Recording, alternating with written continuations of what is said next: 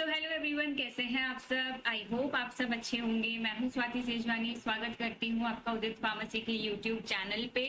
आज से हम लोग शुरू करने जा रहे हैं हमारा subject pharmacy law and ethics के टॉप 20 क्वेश्चंस, जिसका पार्ट 1 आज मैं आपसे डिस्कस करने जा रही हूँ।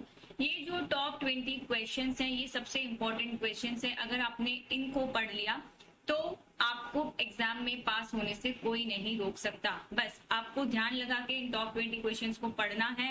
आंसर किस तरीके से लिखा जाता है ये सब कुछ ध्यान देना है। तो आइए शुरू करते हैं। सबसे पहला क्वेश्चन हमारा जो है इस सब्जेक्ट का, pharmacy law and ethics subject का, वो है चैप्टर 1 से, जो कि कई बार पूछा जाता है। क्वेश्चन है, explain history and various acts related to drugs and pharmacy profession. हमारे फार्मेसी प्रोफेशन से रिलेटेड जो भी हिस्ट्री है, जितनी भी हिस्ट्री हमने पढ़ी है, और क्या क्या एक्ट्स हैं हमारे फार्मेसी प्रोफेशन और ड्रग्स से रिलेटेड, उसके बारे में यहाँ पे जानकारी हमको लिखनी है। अब हिस्ट्री में क्या होता है कि बहुत सारी चीजें होती हैं, लेकिन आपको कई सारी चीजें पढ़ के जानी है, और उनमें से जितनी हिस्ट्री या जितना कंटेंट आपको उस टाइम याद आता है, ईयर याद आता है, वो सब आपको वहां पे लिख के आना है। यहाँ पे हम कुछ इंपॉर्टेंट हिस्ट्री और एक्ट्स पढ़ने वाले हैं, जिसे आप अपने आंसर में इंक्लूड कर सकते हैं। तो आंसर आपका शुरू होता है यहाँ से, towards the closing of 19th century. जब 19वीं सदी खत्म हो रही थी, तब से हमारा फार्मेसी प्रोफेशन शुरू हुआ था। तो towards the closing of 19th century, manufacturing of modern drugs began in India. जब जैसे जैसे 19वीं सदी खत्म होती जा रही थी, हमारे इंडिया में ड्रग्स का मैन्युफैक्चरिंग, यानी हमारी ड्रग्स, इंडिया में खुद की ड्रग्स बनना शुरू हुई। ठीक है, तो सबसे पहली जो एस्टैब्लिशमेंट हुआ हमारे इंडिया में, वो था Bengal chemicals and pharmaceutical works. ये बनाया गया था कैलकाटा में, जिसकी स्थापना की थी आचार्य पीसी रे ने 1901 में। ठीक है, सबसे पहली जो कंपनी बनी थी वो कैलकाटा में बनी थी, वो थी Bengal chemicals and pharmaceutical works, जिसे बनाया गया था आचार्य पीसी रे द्वारा 1901 में। जब पहली कंपनी बन गई, उसके बाद दूसरी कंपनीज आती गई धीरे धीरे। तो धीरे धीरे करके एक दूसरी स्मॉल फैक्ट्री, छोटी सी फैक्ट्री शुरू की गई बॉम्बे के परेल एरिया में। ये शुरू की गई प्रोफेसर टी के गज्जर द्वारा 1903 में। सबसे पहली कंपनी बनी 1901 में, उसके बाद दूसरी कंपनी बनाई गई 1903 में प्रोफेसर टी के गज्जर द्वारा बॉम्बे के परेल एरिया में।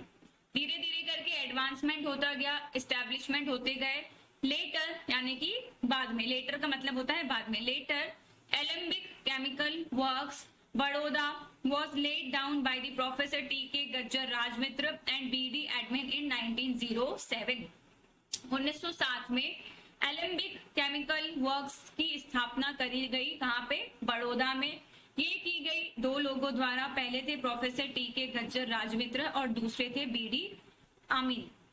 धीरे करके जैसे जैसे स्थापना हुई, उसके बाद एक कमेटी बनाई गई फार्मेसी की पूरी प्रोफेशन को देखने के लिए, हर एक चीज को देखने के लिए। तो ऑन 11 अगस्त 1930, 11 अगस्त 1930 को एक कमेटी बनाई गई। उस कमेटी का नाम है ड्रग्स इंक्वायरी कमेटी, जिसे शॉर्ट में कहा जाता है डीईसी। ड्रग्स इंक्वायरी कमेटी को बनाया गया कर्नल R.N. चोपड़ा द्वारा, यानी कि इसके जो चेयरमैन थे वो थे कर्नल R.N. चोपड़ा। इसीलिए ड्रग्स एंड इंक्वायरी कमेटी को चोपड़ा कमेटी भी कहा जाता है। This committee is also known as Chopra committee. तो आपको ये नाम याद रखना है, क्योंकि कई बार आपको जो क्वेश्चन आता है, वो क्वेश्चन ऐसा भी आ सकता है कि right a note on Chopra committee. तो जब अगर चोपड़ा कमेटी पे नोट आता है, तो आपको ड्रग्स इंक्वायरी कमेटी के बारे में ही लिखना है। आपको हर एक चीज के जितने नाम है वो नाम पता होने चाहिए। जैसे ड्रग इंक्वायरी कमेटी का नाम है चोपड़ा कमेटी, तो वो भी आपको पता होना चाहिए। ठीक, तो इस ड्रग इंक्वायरी कमेटी के बारे में हम आगे बढ़ते हैं। क्यों बनाई गई ड्रग्स इंक्वायरी कमेटी, जिसे चोपड़ा कमेटी भी कहा जाता है? क्या फंक्शंस हैं इसके? तो सबसे पहला फंक्शन जो है ड्रग्स इंक्वायरी कमेटी का, वो है identify the quality and quantity of impure drugs imported, manufactured और सोल्ड इन ब्रिटिश इंडिया। उस समय इंडिया क्या था? ब्रिटिश इंडिया था। ठीक है, तो जो भी इंडिया में ड्रग्स का इंपोर्ट हो रहा है, जो भी ड्रग्स का मैन्युफैक्चरिंग हो रहा है, जो भी ड्रग्स का सेल हो रहा है, उसकी क्वालिटी को चेक किया जा सके, उसकी क्वांटिटी को चेक किया जा सके, इसीलिए बनाया गया ड्रग्स इंक्वायरी कमेटी। ठीक है। नहीं तो ड्रग्स की क्वालिटी क्वांटिटी हम आइडेंटिफाई नहीं कर पाते। कोई भी इम्प्योर ड्रग्स क्या हो सकती थी, इंपोर्ट हो सकती थी, मैन्युफैक्चर हो सकती थी, सेल हो सकती थी। तो इन सारी चीजों का आइडेंटिफिकेशन के लिए, हमारी ड्रग्स की क्वालिटी और क्वांटिटी का आइडेंटिफिकेशन के लिए ड्रग इंक्वायरी कमेटी को बनाया गया। इसके अलावा रिपोर्ट द रिकमेंडेशंस, रिकमेंडेशंस का मतलब होता है सलाह। Report the recommendations for the above by different approved medicinal preparations and indigenous drug preparations. अगर ऊपर वाली पॉइंट में हमें कोई कमी लगती है, ठीक है, ड्रग इंक्वायरी कमेटी को अगर लगता है कि किसी चीज की क्वालिटी ठीक नहीं है, क्वांटिटी ठीक नहीं है, तो वो क्या कर सकते हैं, उनकी जो भी सलाह है वो रिपोर्ट कर सकते हैं, मतलब एक रिपोर्ट बना सकते हैं अपनी सलाह की, और बता सकते हैं कि ये जो अप्रूव्ड मेडिसिनल प्रिपरेशंस हैं या ये जो ड्रग्स की प्रिपरेशंस हैं, इसमें आप क्या क्या सुधार कर सकते हो जिससे उसकी क्वालिटी और इम्प्रूव हो जाए। तीसरा जो इम्पोर्टेंट फंक्शन था ड्रग इंक्वायरी कमेटी का, वो ये था, inquire the legislations that allow only qualified persons to access the pharmacy profession. Drug inquiry committee चाहती थी कि सिर्फ वही पर्सन्स फार्मेसी प्रोफेशन में एंट्री करें जिनके पास प्रॉपर क्वालिफिकेशन हो, तभी हमारे फार्मेसी प्रोफेशन का स्टैंडर्ड जो है वो मेंटेन रह पाएगा। ठीक है, तो ड्रग इंक्वायरी कमेटी का ये काम था, ये देखना कि जो भी सिर्फ क्वालिफाइड पर्सन्स हैं वही फार्मेसी प्रोफेशन में एंटर करें, हर कोई जो है फार्मेसी प्रोफेशन में एंटर ना कर सके। 1930 में जब ड्रग्स इंक्वायरी कमेटी बनी, उन्होंने सारी चीजें देखी, उसके बाद उन्होंने एक रिपोर्ट तैयार करी और 1931 में, एक साल के बाद, उन्होंने अपनी रिपोर्ट को क्या किया, सबमिट किया, ठीक है, सरकार के पास। और उनके पास जो भी रिकमेंडेशंस थे, रिकमेंडेशंस मतलब जो भी उनकी सलाह थी, जो भी उन्होंने आइडेंटिफिकेशन किया, जो भी उन्होंने जांच पड़ताल की, उसके बाद उन्होंने एक रिपोर्ट तैयार करी। उस रिपोर्ट में उन्होंने कई सारे पॉइंट्स लिखे कि क्या क्या होना चाहिए जिससे हमारा फार्मेसी प्रोफेशन जो है वो और इम्प्रूव हो सकता है। तो सबसे पहला जो ड्रग्स इंक्वायरी कमेटी ने पॉइंट कहा, वो कहा a drug industry should be established in India. हमारे खुद के भारत में हमारी खुद की एक ड्रग इंडस्ट्री होनी चाहिए। तब क्या था, ब्रिटिश इंडिया था, ठीक है, हम अंडर ब्रिटिश कंट्रोल थे, हमारी खुद की कोई ड्रग इंडस्ट्री ज्यादा नहीं थी, ठीक है। 19वीं सदी से धीरे धीरे शुरू होती गई, लेकिन ड्रग इंक्वायरी कमेटी ने कहा कि एक बड़े लेवल पे हमारी इंडिया की खुद की ड्रग इंडस्ट्री होनी चाहिए। दूसरा पॉइंट उन्होंने कहा a central legislation should be implemented either combined or individually as the drugs and pharmacy act. फिर उन्होंने कहा कि एक सेंट्रल लेजिस्लेशन होना चाहिए, या तो वो अकेले काम करे या तो कंबाइंड फॉर्म में काम करे, यानी कि एक एक्ट होना चाहिए जिसमें ड्रग्स और फार्मेसी प्रोफेशन से रिलेटेड सारे रूल्स हो, रेगुलेशंस हो, सारी गाइडलाइंस हो। तीसरी पॉइंट जो कही ड्रग इंक्वायरी कमेटी ने, वो कही an advisory board should be appointed by the central government. Central government द्वारा एक बोर्ड यानी कि कमेटी मेंबर्स की एक टीम बनाई जानी चाहिए to look after the objectives of the act. जो इस एक्ट के जो भी ऑब्जेक्टिव्स हैं, जो भी एम्स हैं, जो भी उद्देश्य है, उसको देख सके। अब आपने एक्ट तो बना लिया, ड्रग एंड फार्मेसी एक्ट, लेकिन उसके जो ऑब्जेक्टिव्स हैं, उसके जो उद्देश्य हैं, वो पूरे हो रहे हैं कि नहीं, उसमें किस चीज की सुधार की जरूरत है, ये सारी चीजें देखने के लिए एक एडवाइजरी बोर्ड होना चाहिए, जो किसके द्वारा अपॉइंट होना चाहिए, जो अपॉइंट होना चाहिए सेंट्रल गवर्नमेंट द्वारा, और जो टाइम टू टाइम एडवाइस दे सके कि हाँ ये एक्ट सही से चल रहा है, इसमें क्या क्या जरूरी अमेंडमेंट्स हैं, अमेंडमेंट्स मतलब क्या क्या और एडिशनल चीजें जोड़ते जाती हैं, ये सब बताना किसका काम है, ये सब बताना एडवाइजरी बोर्ड का काम है। ऐसा ड्रग्स इंक्वायरी कमेटी ने अपनी रिपोर्ट में कहा। नेक्स्ट, ड्रग इंक्वायरी कमेटी ने कहा all Indian states should have modern test laboratories. हमारे भारत में जितने भी स्टेट्स हैं, हम हर स्टेट में एक मॉडर्न टेस्ट लेबोरेटरी जरूर बनवाएं। मॉडर्न मतलब जो आजकल के जमाने की हो, टेस्ट लेबोरेटरीज मतलब जहां पे हम अपनी ड्रग्स की, अपनी डोजेज फॉर्म्स की, अपने प्रोडक्ट्स की क्वालिटी को टेस्ट कर पाए। तो ड्रग इंक्वायरी कमेटी ने कहा कि जितने भी इंडियन स्टेट्स हैं उनके पास खुद की मॉडर्न टेस्ट लेबोरेटरी होनी चाहिए, क्वालिटी कंट्रोल लेबोरेटरी होनी चाहिए। क्यों होनी चाहिए? To test and manage the quality of drugs and its products, ताकि जितने भी हमारे ड्रग्स बन रहे हैं जितने भी हमारे प्रोडक्ट्स बन रहे हैं उनकी क्वालिटी को टेस्ट कर सके हम अपने स्टेट्स में ही।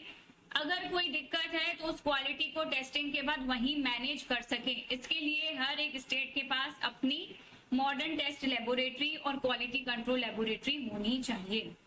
नेक्स्ट जो सलाह दी ड्रग इंक्वायरी कमेटी ने वो दी, manufacturing should be gradually reduced in medical stores departments. पहले के जमाने में क्या होता था, उसी टाइम दवाई तुरंत बना के मेडिकल स्टोर में और पेशेंट्स को दे दी जाती थी।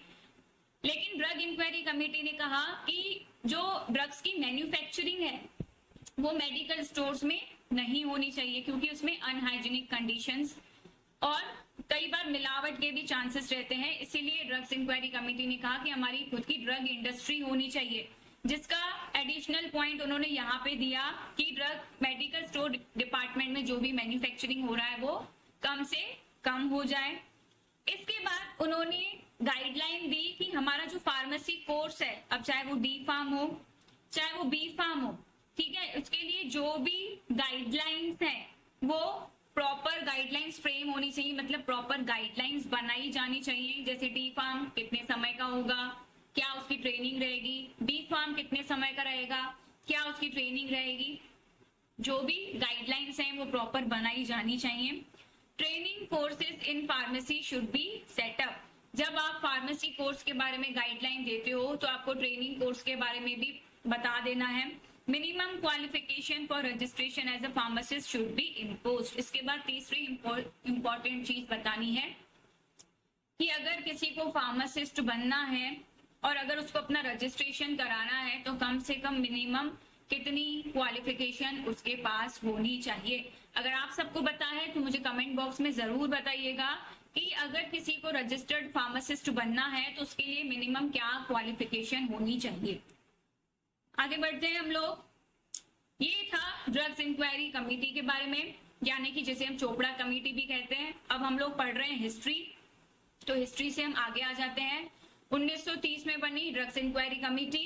1931 में उन्होंने अपनी रिपोर्ट जमा करी। जैसे ही उन्होंने 1931 में अपनी रिपोर्ट जमा करी, just after the publication of report, जैसे ही रिपोर्ट जमा हुई 1931 में, ठीक है, उसके बाद 1932 में प्रोफेसर M.L. श्रॉफ, जिनका नाम आप सबने सुना होगा, प्रोफेसर M.L. श्रॉफ ने पहला फार्मेसी डिपार्टमेंट बनाया। फार्मास्यूटिक्स का पहला फार्मेसी डिपार्टमेंट उन्होंने बनाया बनारस हिंदू यूनिवर्सिटी के नाम से, बनारस में।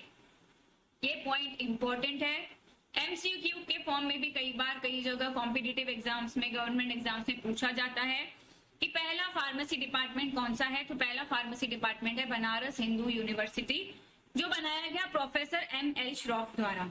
ठीक, धीरे धीरे करके इंस्टीट्यूट्स और बढ़ते गए। तो 1935 में यूपी में IPA का फॉर्मेशन हुआ। IPA यानी कि इंडियन फार्मास्यूटिकल एसोसिएशन। फिर 1940 में एक बिल पास कराया गया, उस बिल का नाम था drug bill. In 1940 the drug bill was put forward in the legislative assembly। ठीक है, लेजिस्लेटिव असेंबली के सामने 1940 में एक बिल पास कराया गया। 1940 में जब बिल पास कराया गया तो 7 साल के बाद, जब हमें आजादी मिली, कब मिली थी, 1947 में, 7 साल के बाद उस ड्रग बिल को एक्ट के फॉर्म में चेंज किया गया, जिस एक्ट का नाम आज हम जानते हैं ड्रग्स एक्ट 1940।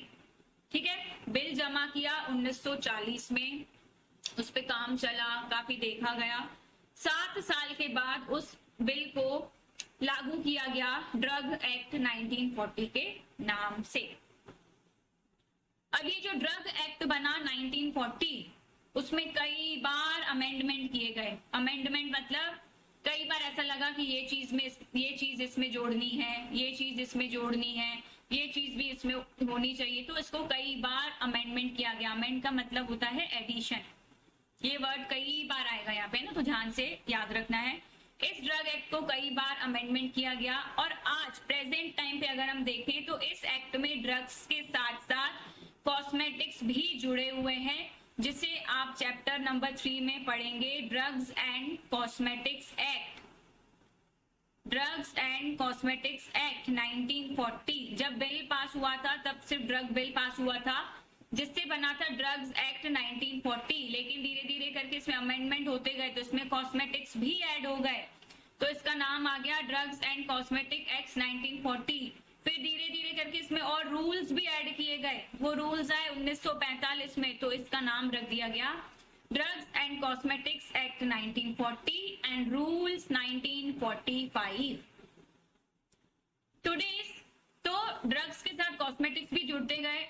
अब इसके साथ कई सारी आयुर्वेदिक मेडिसिन भी इस एक्ट में ऐड हो गई, कई सारी यूनानी दवाएं भी ऐड हो गई, होम्योपैथिक मेडिसिन भी एक्ट हो गई। तो शुरू में जब पास किया गया था तब से ड्रग बिल पास किया गया था, लेकिन धीरे धीरे करके इसमें बहुत सारे अमेंडमेंट करे गए, तो जिसमें ड्रग्स भी आ गए, कॉस्मेटिक्स भी आ गए, ड्रग्स के अलग अलग वेरिएशंस भी आ गए, आयुर्वेदिक आ गया, यूनानी आ गया, होम्योपैथिक मेडिसिन आ गए। आज जो हम पढ़ते हैं ड्रग्स एंड कॉस्मेटिक एक्ट, वो ड्रग्स एक्ट का इनहैंस्ड फॉर्म है।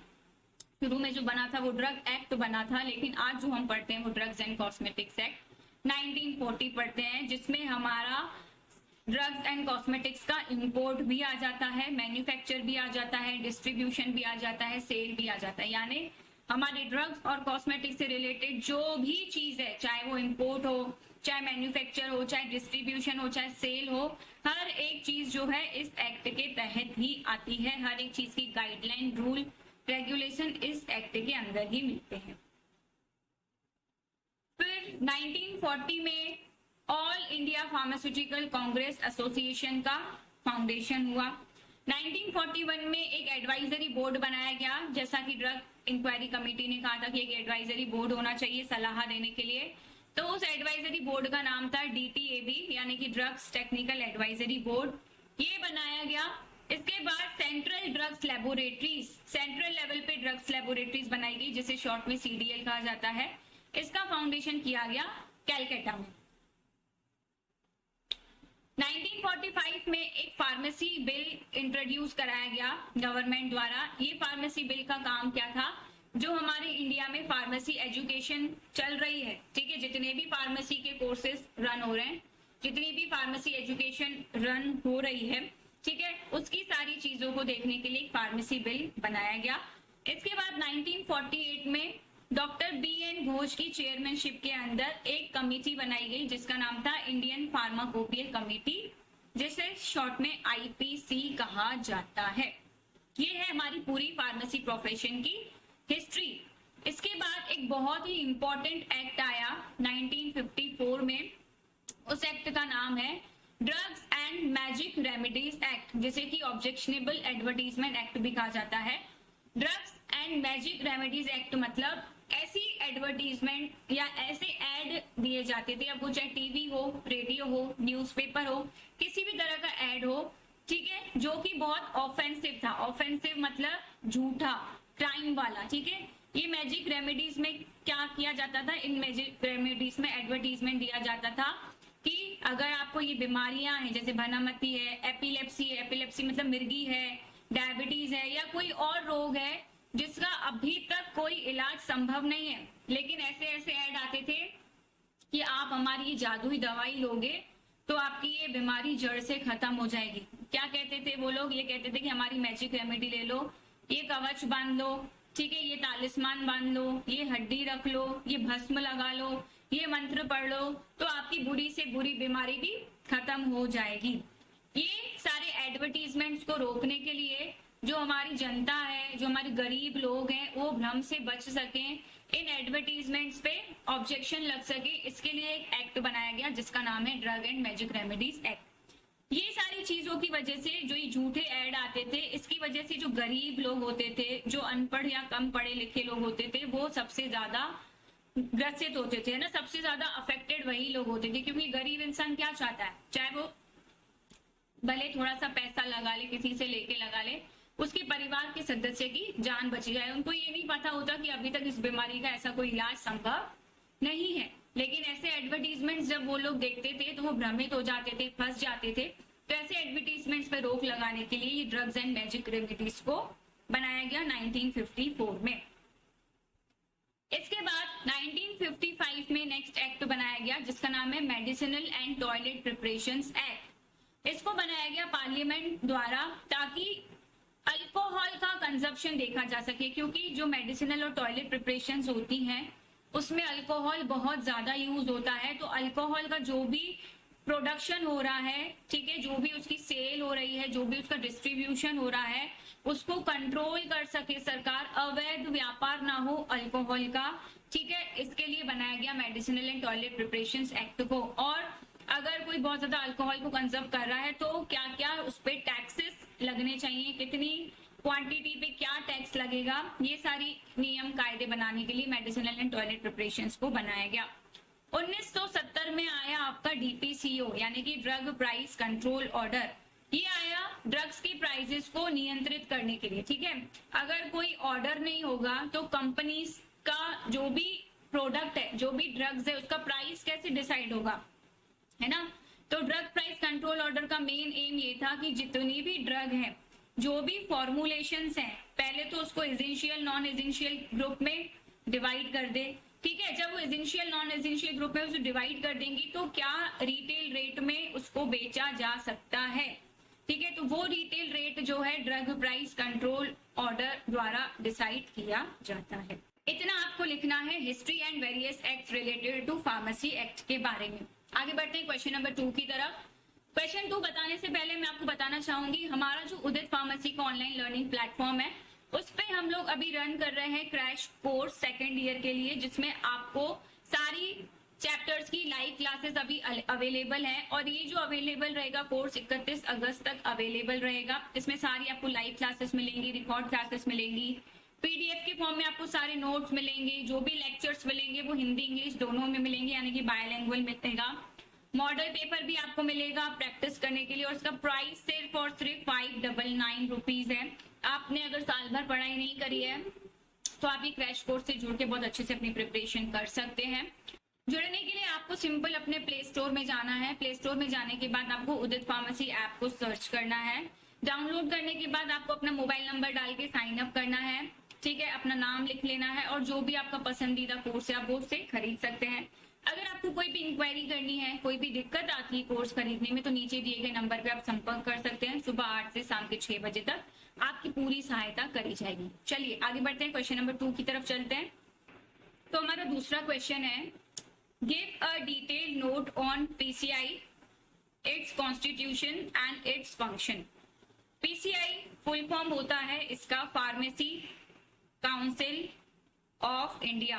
तो फुल फॉर्म से भी क्वेश्चन आ सकता है, शॉर्ट फॉर्म के फॉर्म में भी क्वेश्चन आ सकता है, ठीक है।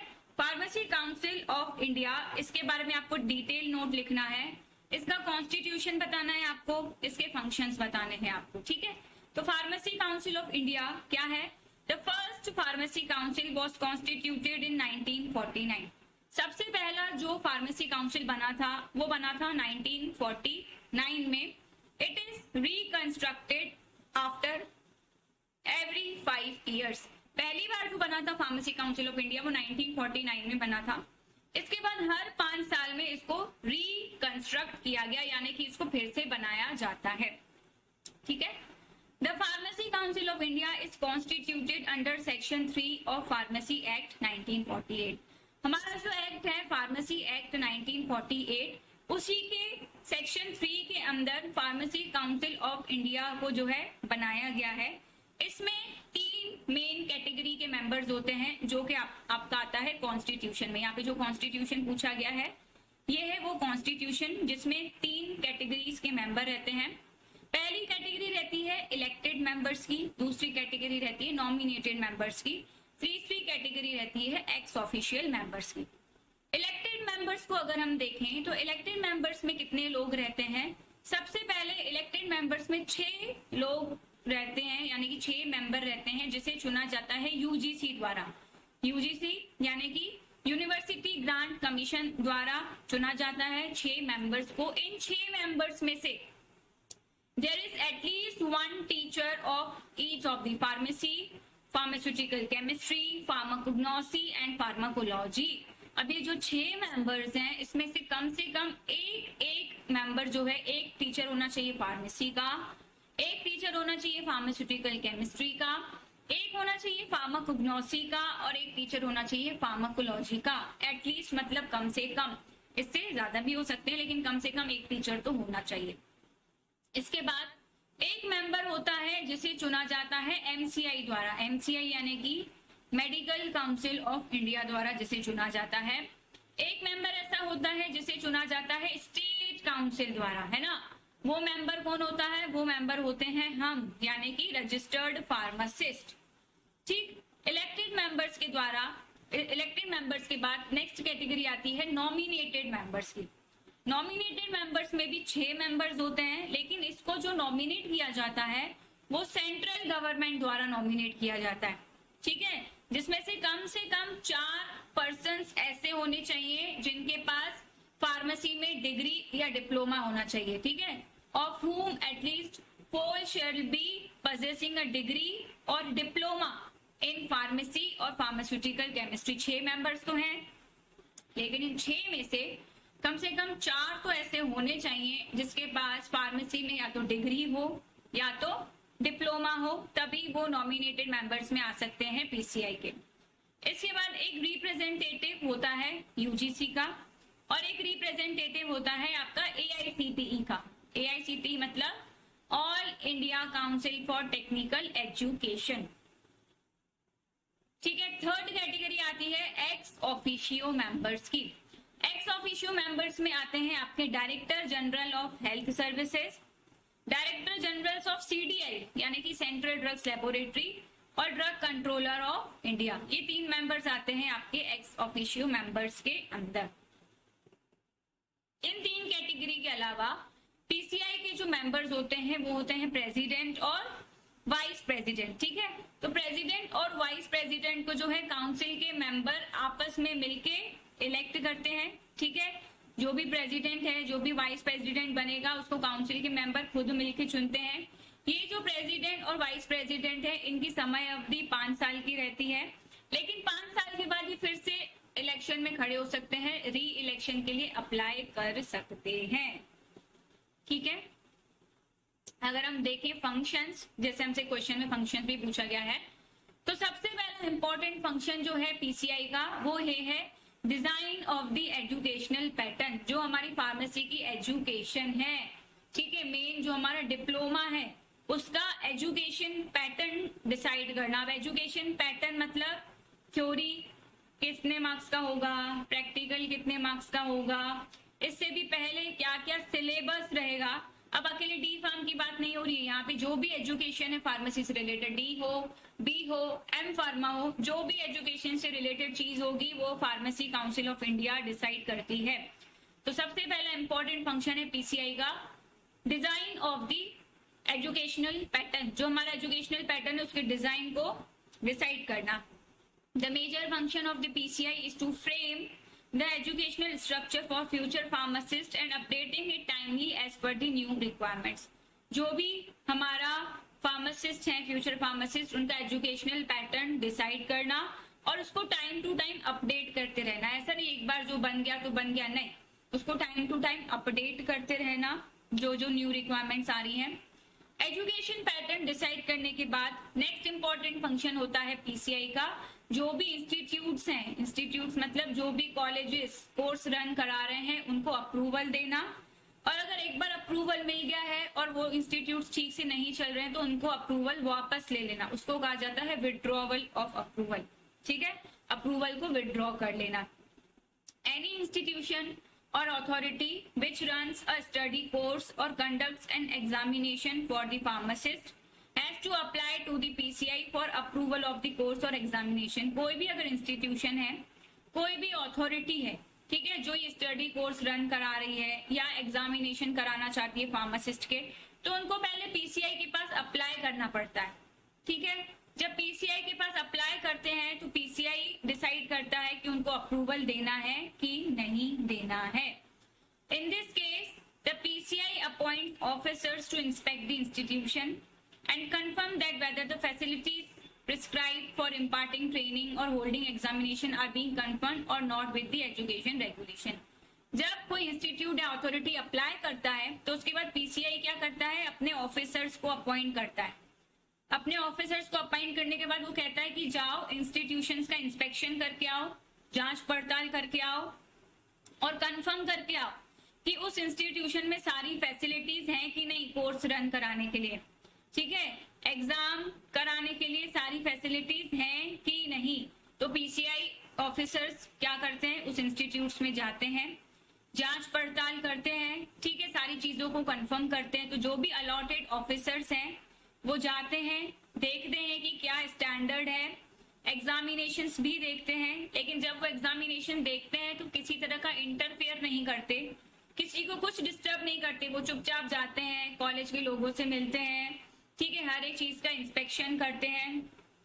इसके बाद वो अपनी एक रिपोर्ट बनाते हैं, ठीक है। ऑफिसर्स क्या करते हैं, जो भी इंस्पेक्शन के लिए गए होते हैं अपनी एक रिपोर्ट बनाते हैं और रिपोर्ट को जमा करते हैं काउंसिल के पास। काउंसिल का मतलब है पीसीआई। उस रिपोर्ट में वो सारी चीजें लिखते हैं कि क्या क्या वहां पे सफिशिएंट चीजें हैं, क्या क्या वहां पे इनसफिशिएंट चीजें हैं, मतलब क्या क्या चीजें वहां पे उपलब्ध हैं, क्या क्या चीजें इंस्टीट्यूट में उपलब्ध नहीं है, कैसे वो एग्जाम करा रहे थे, उनका एग्जाम कराने का क्या स्टैंडर्ड है, ये हर एक चीज वो अपनी रिपोर्ट में लिख के जमा कर देते हैं पीसीआई को, ठीक है। पीसीआई क्या करती है, उस पूरी रिपोर्ट को देखती है, ठीक है। काउंसिल जहां पे भी वर्ड आ रहा है वहां पे पीसीआई वर्ड आ रहा है, ठीक है। तो काउंसिल क्या करती है, जो भी इंस्टीट्यूशंस का इंस्पेक्शन हुआ है अगर वो रिपोर्ट से सेटिस्फाइड है तो उनको अप्रूवल दे देती है, ठीक है। पूरी रिपोर्ट पढ़ती है फार्मेसी काउंसिल ऑफ इंडिया, जो भी जमा की गई है, जो भी एग्जाम स्टैंडर्ड रिपोर्ट में लिखा गया है, अगर काउंसिल उससे सेटिस्फाइड है तो इंस्टीट्यूशंस को अप्रूवल मिल जाता है। जब इंस्टीट्यूशंस को अप्रूवल मिल जाता है कोर्स कराने का, एग्जामिनेशन कराने का, तो जो भी स्टूडेंट वहां से वो कोर्स करके निकलता है तो वो क्वालिफाइड रजिस्ट्रेशन करा सकता है एज अ फार्मासिस्ट, ठीक है। लेकिन अगर कोई कॉलेज जब वो पीसीआई द्वारा मान्यता प्राप्त नहीं है तो वो से क्वालिफाइड रजिस्ट्रेशन का दिक्कत आता है। इसलिए हमेशा कोर्स उसी से कराना चाहिए जो पीसीआई अप्रूव्ड हो, और वैसे भी ऐसे इंस्टीट्यूशंस होते ही नहीं है जिन्हें पीसीआई द्वारा मान्यता प्राप्त ना हो और वो कोई कोर्स रन करा रहे हो। किसी भी कोर्स को रन कराने के लिए, एग्जाम को रन कराने के लिए पीसीआई का अप्रूवल मस्ट है। तीसरा जो पीसीआई का काम होता है वो होता है सेंट्रल रजिस्टर को मेंटेन करना। सेंट्रल रजिस्टर मतलब ऐसा रजिस्टर जिसमें रजिस्टर्ड फार्मासिस्ट के नाम लिखे जाते हैं। जब हमारा कोर्स कंप्लीट होता है डी फार्म, बी फार्म, तो हम क्या करते हैं, रजिस्ट्रेशन कराते हैं। वो रजिस्ट्रेशन का मतलब क्या होता है, मतलब सेंट्रल रजिस्टर में हमारा नाम लिखा जाएगा। तो वो जो सेंट्रल रजिस्टर है वो किसके द्वारा मेंटेन किया जाता है, वो भी पीसीआई द्वारा किया जाता है। The pharmacy council of India should maintain a resistor in which names of all the registered pharmacists of different states should be contained, ठीक है। पीसीआई जो है इस रजिस्टर को मेंटेन करके रखता है जिसमें सारे रजिस्टर्ड फार्मासिस्ट के जो नाम है अलग अलग स्टेट्स के उसमें लिखे रहते हैं, ठीक है। जो रजिस्ट्रार रहता है वो जिम्मेदार होता है नाम लिखने के लिए, ठीक है। जो भी फार्मेसी काउंसिल ऑफ इंडिया निर्देश देती है रजिस्ट्रार को, वो रजिस्ट्रार निर्देश मानता है, उस रजिस्टर को मेंटेन करके रखता है, टाइम टू टाइम उसको रिवाइज करता है और इंडिया के जो ऑफिशियल गैजेट्स हैं उसमें उसका नाम पब्लिश किया जाता है। आज के लिए इतना ही, मिलते हैं हम लोग नेक्स्ट पार्ट में नेक्स्ट इंपॉर्टेंट क्वेश्चंस के साथ। जिन लोगों ने मेरा यूट्यूब चैनल सब्सक्राइब नहीं किया है आप मेरा यूट्यूब चैनल सब्सक्राइब कर सकते हैं जिसका नाम है फार्मेसी विद स्वाति। आप चाहे तो मुझे इंस्टा पे भी फॉलो कर सकते हैं, मैं आपको मिलूंगी आई एम स्वाति सेजवानी के नाम से भी, और मेरी दूसरी आईडी है स्वाति सेजवानी के नाम से भी। तो फॉलो करना मत भूलिएगा, अच्छे से जरूर पढ़िएगा। मिलते हैं नेक्स्ट क्लास में, तब तक के लिए बाय बाय।